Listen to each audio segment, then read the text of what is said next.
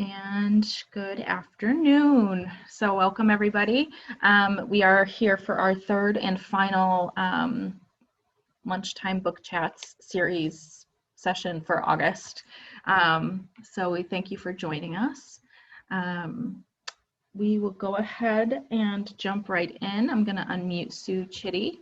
Sue is our first speaker, and I will let her introduce herself and the book that she's presenting. Hi, everyone. I'm Sue Chitty. I'm on the Book Sandwich Den and the Richmond Reads committees. My education is an education, and my teaching career began with kindergarten classes and ironically ended with college classes as an adjunct and also director of the disability services at GCC. In between, I did a lot of different things. I mostly stayed home part-time with my kids, or worked part-time, so I was home with my kids. I taught parenting classes, was a director of children's programming at the YWCA, prepared students at both Job Corps and, Iroquois Job Corps and,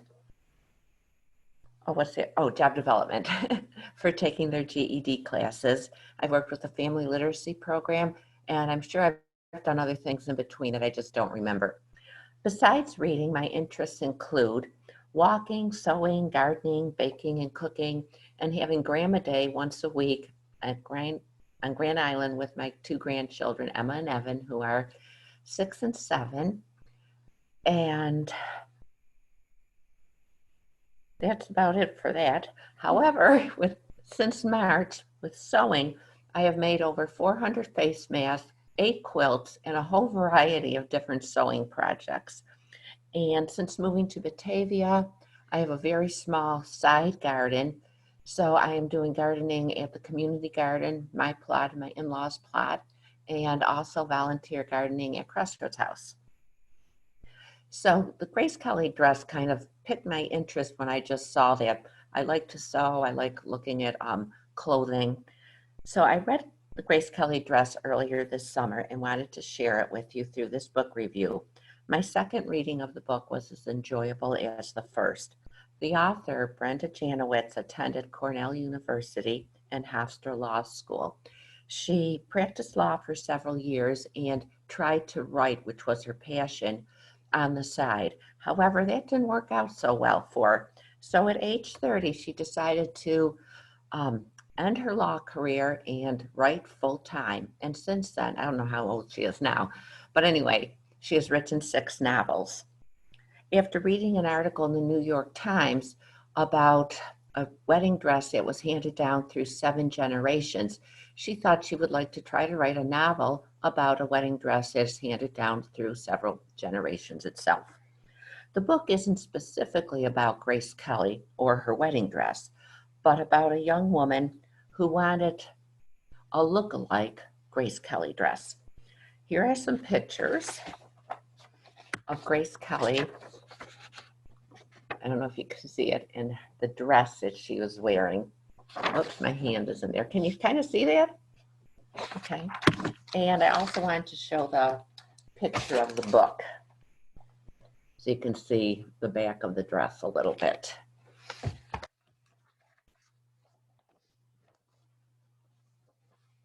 The dress was donated to the Philadelphia Museum of Art and is not on permanent display due to its fragileness.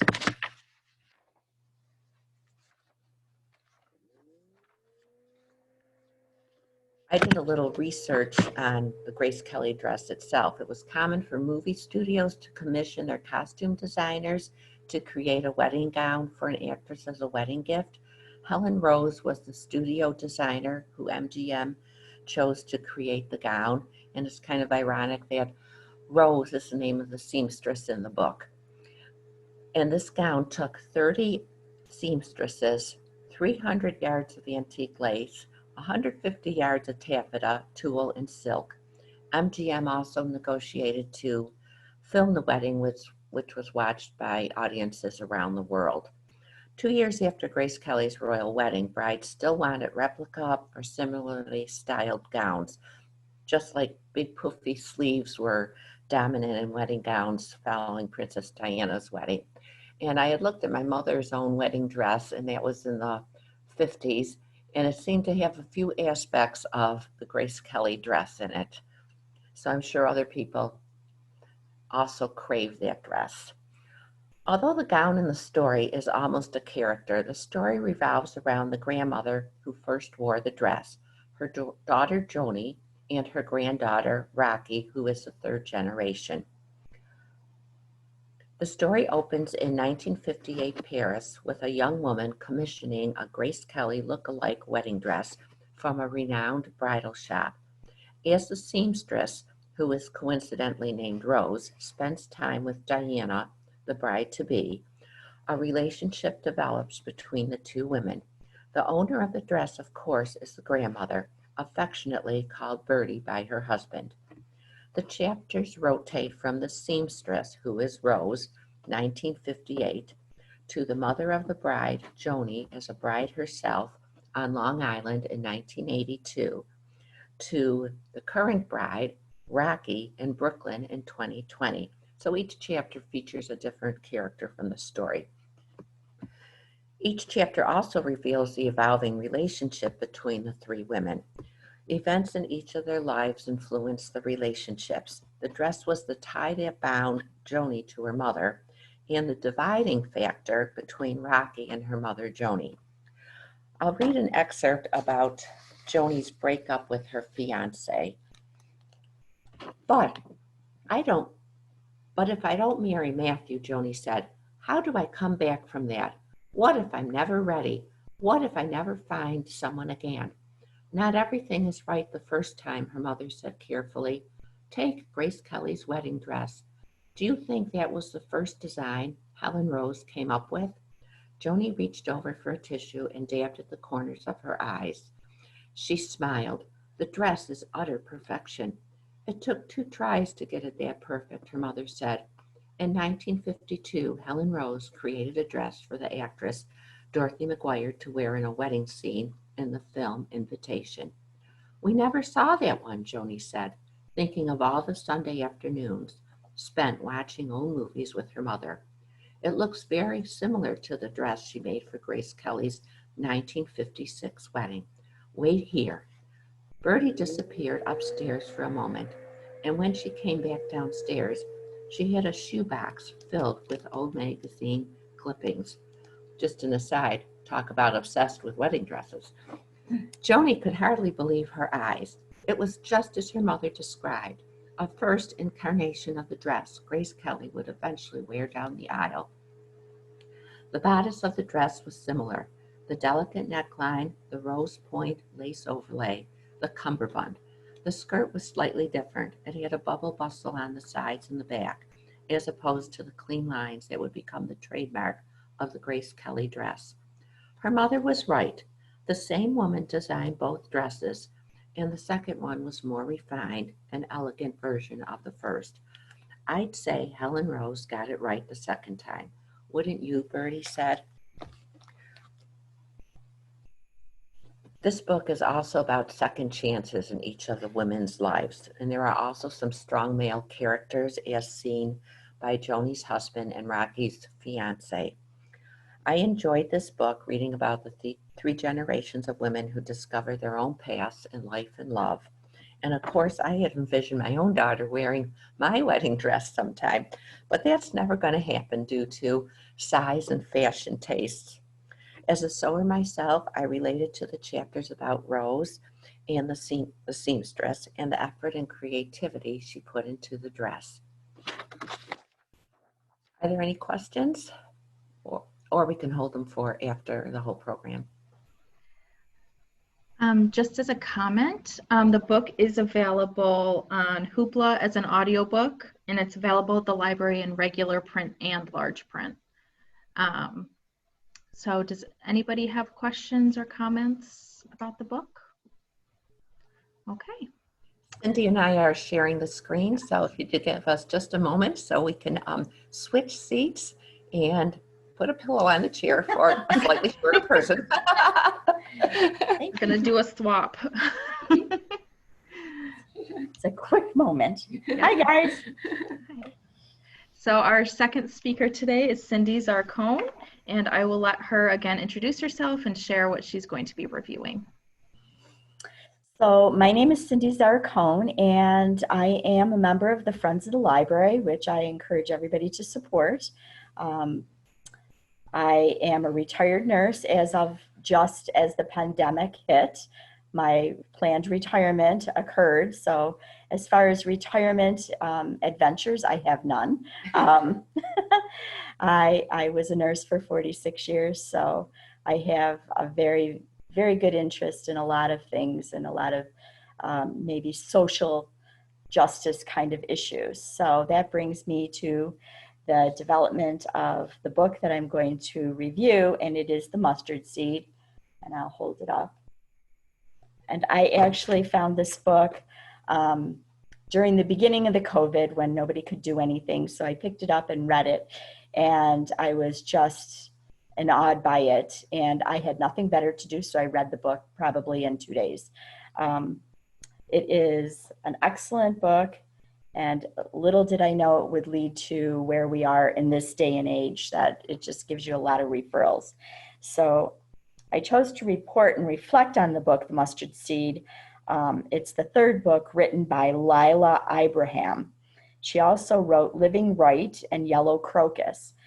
Yellow Crocus preceded The Mustard Seed, and unfortunately I didn't read them in succession. I just heard The Mustard Seed in several different mediums and knew that that was one that I would like to read.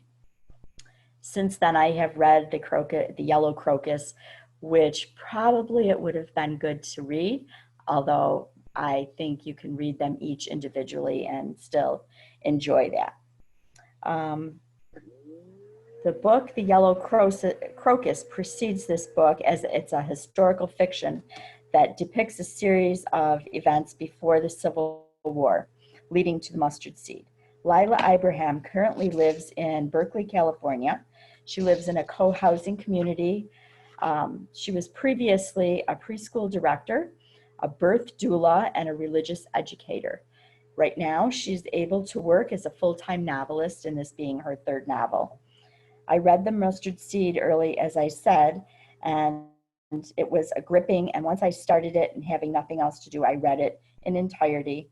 I found the author's writing and its accurate description of our post-Civil War history captivating. So her style of writing, having two narrators telling the story, was very pleasing. Seeing the parallel reflected from two perspectives and then intertwining as the book developed. The story began in Oberlin, Ohio, and it led to Richmond, Virginia. It took place 3 years post-Civil War. The Yellow Crocus takes place during the Civil War and leads to its end. So this took place in 1868, and many treks being back and forth from Oberlin. I was just interested and had to figure that out. So the distance between that these families traveled was 492 miles. And back then that was quite a difficult journey. So the author leads with the character list in the beginning of the book, so you can figure out and identify as these characters are brought forth in the novel. To follow each character, they also have a roadmap that is shown of Richmond, Virginia, once they arrived and all the places that they visited. The beginning of the story, there was the belief that slavery, this is from the two families in Oberlin, that slavery has once and for all been abolished. That, as the book develops, is found to not be so true. As each family, for reasons of their own, returned to Richmond, you are led into the hidden effects of the war and the past effects known by too few. The two families intertwine as previously discussed. The slave family was now known as Freedman family. They returned to Richmond to bring their remaining family member, who was a cousin, back to live with them in Ohio. The plantation mama for the Freedman family was previously a nanny in that it's Fair Oaks Plantation. She also has her accompanying her with much distress for the family members, Jordan, her daughter, who is the first narrator, and Sammy, the son. And in Oberlin, Ohio, they had both become educated, and Jordan was a school teacher, and Sammy was a lawyer. This is 3 years post-Civil War. The White family, the Johnsons, Eliza, known as Elizabeth, is the second narrator, and she goes on to tell, and she was the young lady that Mama took care of at the plantation. So the story develops through that. The sudden realization of both parties being in the same place at the same time. There had been little change in the running of the plantation, little change in the development of the freedom of the slaves since the end of the war was very disappointing to both parties. The sacrifices, emotional trauma, the remaining conflict of the North versus the Confederacy of the South remained raw and very challenging. Mixed with the advancement of the Black person in Oberlin, as we discussed their education, and also Jordan's desire to become part of the suffragette movement, was just another twist in the story. So with that information, I'd like to read you actually several excerpts, if that would be okay. The story being the mustard seed. I will continue. So Samuel looked at Jordan, exchanging a private eye roll. Jordan thought they were being subtle, but she was wrong. Pop sat straight and glared at them both. His body moved as he shouted, "Your mama trying to save your life. No white person in Virginia respect you. Your clothes, the way you talk, that you come from Ohio, all that just going to make you hate you more. No education from Oberlin College going to save you from that hatred." Jordan's pulse set up at the intensity of the father's outburst. She hadn't meant to hurt him or show disrespect. "Sorry, Pop," she muttered. "Yes, sir," Samuel said. Nora grabbed Samuel's arm, her brown eyes wide with fear. "You be careful," she begged him. "Get there, get them, and come home. No heroics, no fighting for justice." Samuel agreed. "I promise. We'll keep our heads down." Pop sat back with a sigh and nodded. The energy visibly left his body now that they were taking his fears seriously. "Pastor Duhart gave me something special for our journey," Mama said, excited. She pulled a small velvet pouch from her bodice. Placing it on her palm, she carefully opened it to show them a handful of perfectly round, tiny yellow balls. "Seeds," Jordan nearly snorted, but she worked to keep her voice even and respectful. Pops paraphrased, "If you have faith as big as a mustard seed, you can move mountains." And I want to continue with yet another excerpt. And this one is a little bit further as things have developed and their visitation down in Richmond. Pa filled his head with stories of freedom, Mama explained.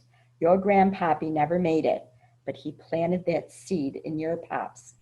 I wouldn't have thought to run, but when I tied myself to him and he and Samuel made a good life that was waiting for us after you was born," this being Jordan, "I just had to, no matter how scared I was." Mama went on. "And those people, the ones we never met and ain't never gonna meet, who were called by God to make something that ain't ever been before, a college for everyone that let a Negro woman learn, that miracle baby, a miracle that blessed your life." A huge chill swept through Jordan at the truth of her mother's words. "The sower casts his seeds wherever he goes. Most of seeds ain't going to take root and blossom, but some will. You a sower today, baby. You cast seeds of knowledge to those children. We ain't going to know how or where or if they're going to blossom, but you did God's work today. You sowed some seeds." And then towards the end, after everything is developed and gone by, and I was told not to give too much knowledge to you so that you would read the book. So I'm kind of not going into in depth.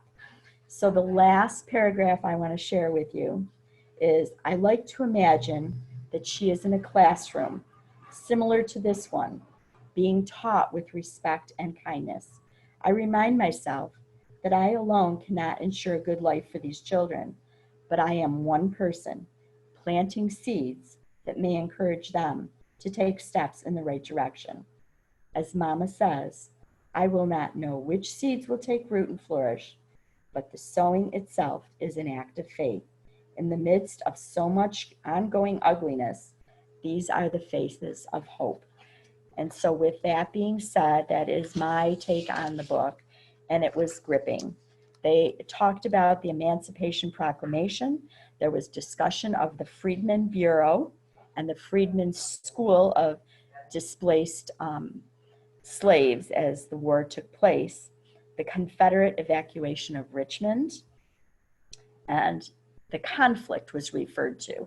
A lot of the people from the South didn't want to talk about it as being the war that they lost. They described it as the conflict. And there was just a lot in this book, and it really did lend itself to here and now. So I recommend you reading it. Thanks. All right, thank you, Cindy. Any questions, comments? That book is available in regular print at the library. I think actually Cindy might have the copy that we have right now.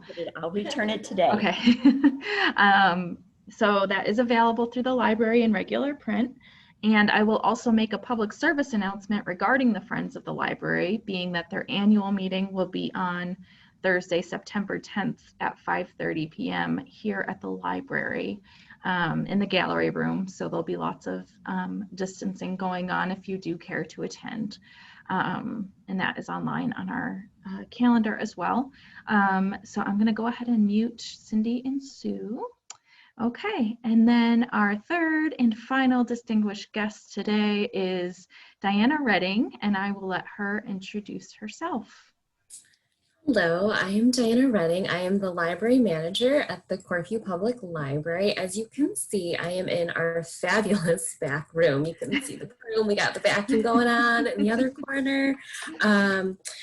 So we are doing a bit of a turn in terms of my choice, which is a nonfiction. Just as some background, working in a library, I obviously have access to lots of great books. I am mostly a fiction reader, but I do try and read so many nonfiction books every year. Randomly, this personal information about myself, I am not a huge fan of birds. Like, I sometimes find them scary, like when you go into the grocery store and they're like, but anyways, I end up, for whatever reason, I have read some nonfiction books about birds or bird adjacent. So the book I will be discussing today is called The Falcon Thief, A True Tale of Adventure, Treachery, and the Hunt for the Perfect Bird by Joshua Hammer. He is probably, that book came out earlier this year. He's probably better known for this book. I'm not sure exactly. It looks like it came out in 2016. So he actually has written 5 nonfiction books, including The Falcon Thief. And he's also written for the New York Times, the New Yorker, the Atlantic, and Smithsonian. He had worked as an overseas freelance correspondent for several years. His fun fact that I had to do a little bit more research on, because it was a very brief mention in his Wikipedia entry that he had been kidnapped. And I was like, oh, you think it could be more than just one sentence? So when they were in the Gaza Strip, him and his photographer were kidnapped for 4 hours. So it was a somewhat brief kidnapping, and it was also considered a symbolic kidnapping. But he can say that he was kidnapped. So if this review seems a bit disjointed, I apologize. The author does a much better job of laying all of these various topics out in the book and connecting them together. But I will just to give you a brief overview of the two main, if you want to look at it as the hero and the villain. The villain is a man by the name of Jeffrey Lendrum. who grew up in what was then Rhodesia in the 1970s. And as a young child with his father, they loved to be outdoors and in nature. And he was an very athletic, a great climber. So that started him on a path to becoming a egg snatcher, basically, with his father. So they ended up earning the trust of some volunteer groups throughout South Africa and Rhodesia that were doing surveys on bird nests. So, and this is also in the 1970s, post DDT, where they are trying to monitor, eggs and how many survive. And so I will come back to him, but the hero would be a British police officer who becomes an investigator for their wildlife crimes unit named Andy McWilliam, who they will end up meeting at an airport. So anyway, so going back to Jeffrey Lendrum and his father, so they work for a few years volunteering and until kind of some suspicions are raised by members of the group of seeing them basically at nest and then going back the next day and the eggs are missing. So they set up an investigation and it is found that they have been taking eggs. So basically what they do is they'll take the eggs for their collection. They blow out the embryo so then the egg will stay preserved, and they just have a collection. So that in 1984, him and his father were both eventually caught and prosecuted for the crime of illegal collection of eggs from a national park and from specially protected species. So that was back in 1984. He's still a relatively young man. He ends up leaving. He wasn't also great in school, so he didn't have kind of career options to settle into. He does start a business with a friend. So Jeffrey Lendrum is traveling throughout South Africa, collecting handicrafts that are being sold in the UK. During some of these trips, he uses them as a cover, and he is taking eggs and he is selling them mostly to falconers in the Middle East who prize wild birds versus their captive falcons. So he manages to do that until 2001, where he's actually arrested in Canada. And apparently there is a YouTube video of this. I did not have time to watch it before this, but him and his friend hire a pilot who was a friend of his, and they go into a very remote area to get these peregrine and other falcon eggs. And he sometimes literally, he's like rappelling from cliffs, or he's being lowered from the helicopter on to get these, because the falcons tend to have the nest in not very accessible locations. So that happened in Canada. They paid their fine though, and were just kind of, they were like, hey, don't come back to Canada. So that was in 2001. And then the book actually opens with, I think it was a very strong opening. Once I started reading it, I was like, oh, I think I'm really going to like this book. In an airport, he is attempting to smuggle eggs, I believe, to Dubai. And this is, you know, in a post 9/11 world where it was a very sharp custodian who was like, he was in there for 20 minutes and he didn't take a shower and he didn't use any towels, and he found a random red egg in the garbage. So he was detained by airport security, who eventually called in a counterterrorism unit. So this is one of my favorite parts. So he is searched, and he has 3 socks taped to his body, and the socks contain 14 eggs. He claims that they are duck eggs and that his physiotherapist had recommended he carry raw eggs strapped to his abdomen to help with his spinal problems. So that did not work for him. It was a good try, but then as they called in more people, they realized that those were peregrine falcon eggs, so that is illegal to be taking them out of the country. But in a positive note on that, 13 of the 14 eggs that he's carrying are still alive, and they would go on to hatch, and the chicks would be placed in northern Scotland. So that's kind of a good thing that came out of this. So the book kind of highlights some of his arrest, and most people think that his arrests were just random, the times that he happened to be caught, but that he had been doing this, probably several times. So then, and this is when he comes, when he meets Andy McWilliam, the investigator who would go on to build the case against him. And he is, I believe, he's sentenced to 30 months, but then it's later reduced to 18 months. He then goes back to move to he moves to South Africa with his brother. Then he ends up not being able to maintain his job with his brother, and so then once again, turning to what he knows, gets arrested again for trying to smuggle eggs out of like the Patagonia region.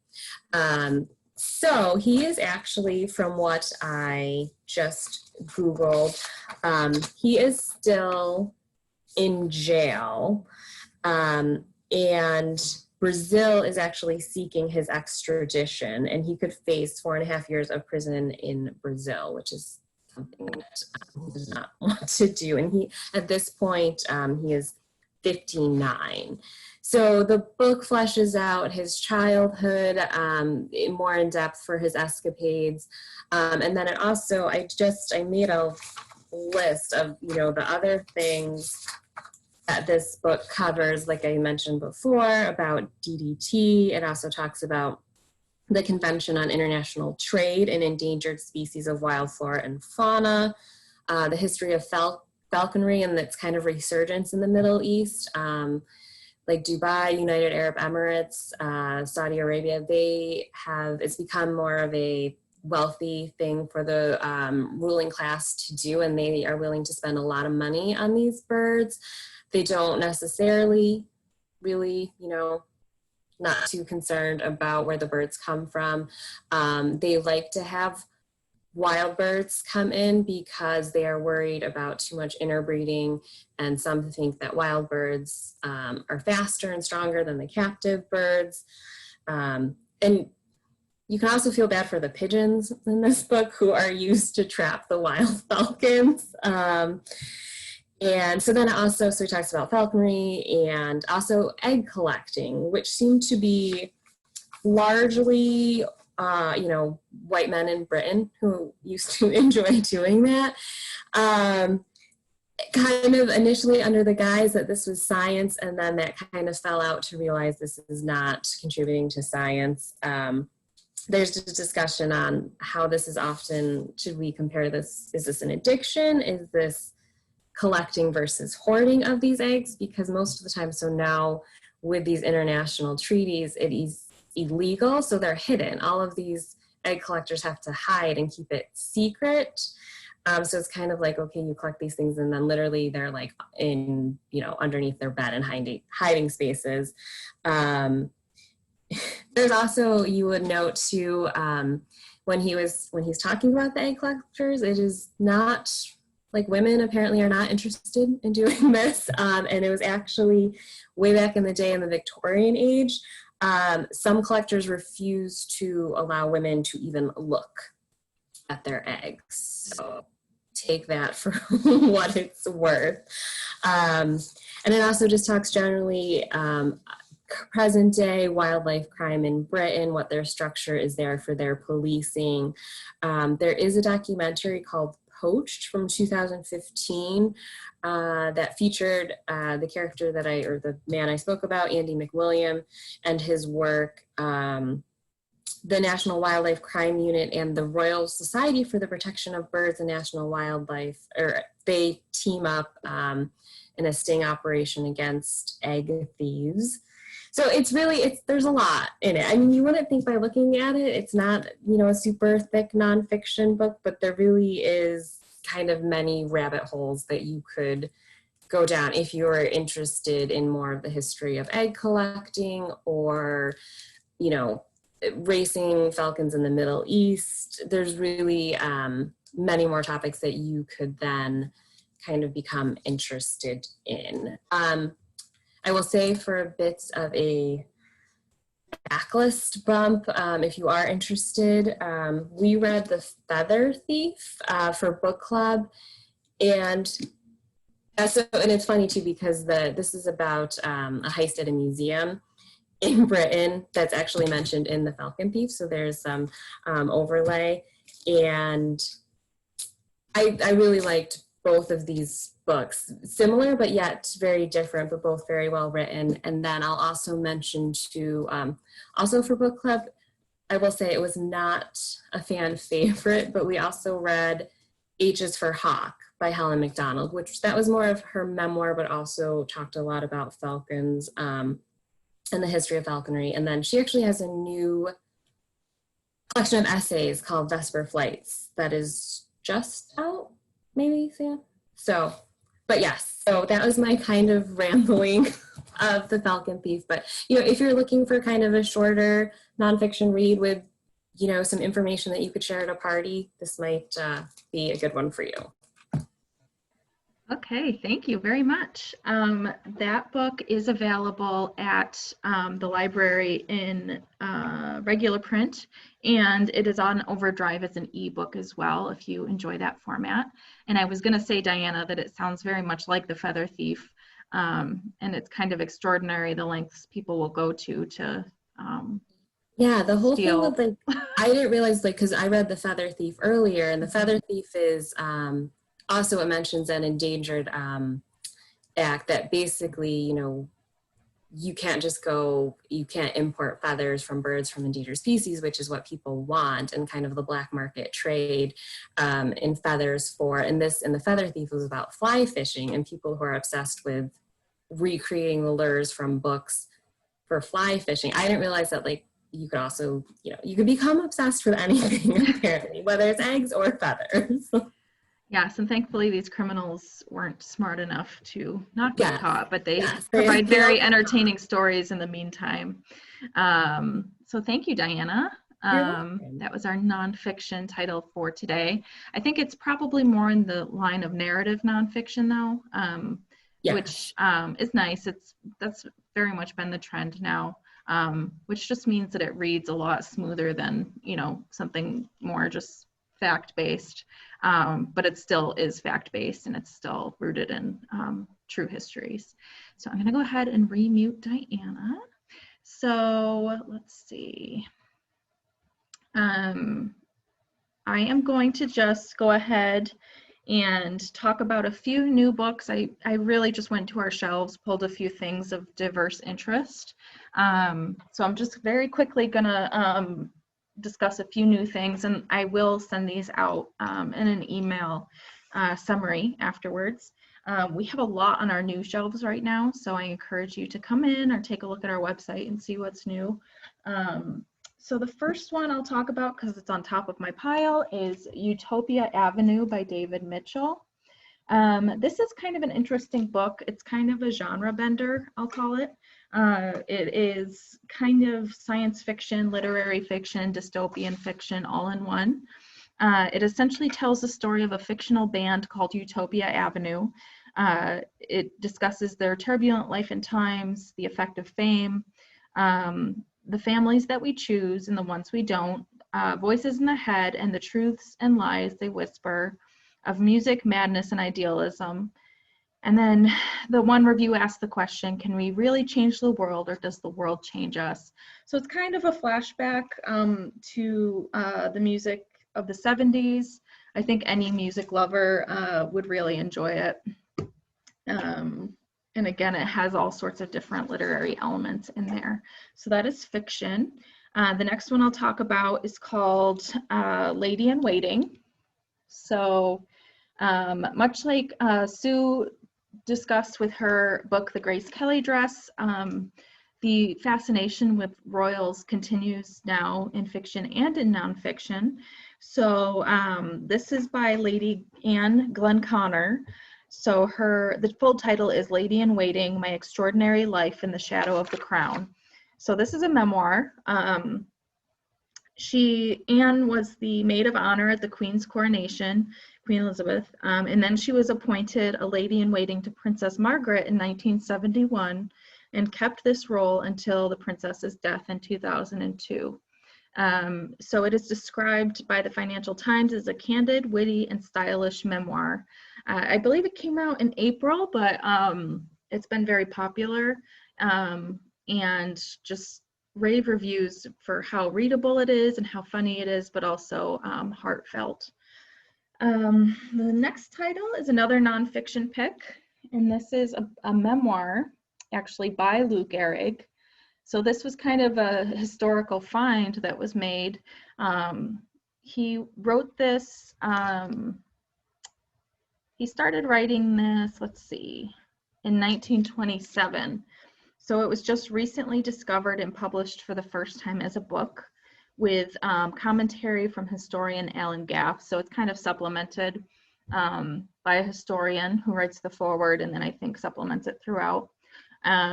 So in 1927, Lou Gehrig was at his peak, fresh off a record-breaking season with the fabled 1927 World Series champion Yankees. So that's kind of an interesting discovery because it is an actual memoir by Lou Gehrig.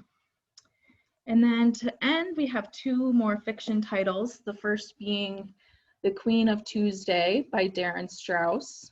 And this is a story of Lucille Ball. So it's biographical fiction talking about Lucille Ball. The author mixes fact and fiction, memoir and novel to imagine the provocative story of a woman we thought we knew. So the author blends real life information from Lucille Ball's life, but in a fictional way. And then lastly, a big release next week is Louise Penny's newest book, newest mystery, All the Devils Are Here. This is the 16th installation in her Armand Gamache Three Pines mystery series. This actually finds Armand and the Gamache family in Paris. So they've traveled from Three Pines to Paris, and he and his wife find themselves delving into the dark secrets held by an old friend. I won't get too much into the plot of that one. It sounds amazing, just like, you know, in my subjective opinion of Louise Penny's books. But so that's kind of a big release for next week for anybody interested in mysteries. So I will go ahead and let's see. Does anybody have any questions, comments for the good of the group? No? So those were just my brief, very brief new book mentions. And again, I'll list out those titles. And like I said, we do have a lot new right now and new stuff coming in every day. So it's always worth checking out. Thank you for joining us today. I'm going to be sending out, I did this last time as well. I'm going to be just sending out a very brief survey about the sessions to anybody who registered. So that'll just be a link that you can click on and just answer a few questions for me that'll help us when we plan our next series. So thank you all for coming. And if nobody has any questions, we will go ahead and end for today. This is great, Sam. Thank you. Yeah, thanks everybody for coming. And thanks to our presenters today. We really appreciate it.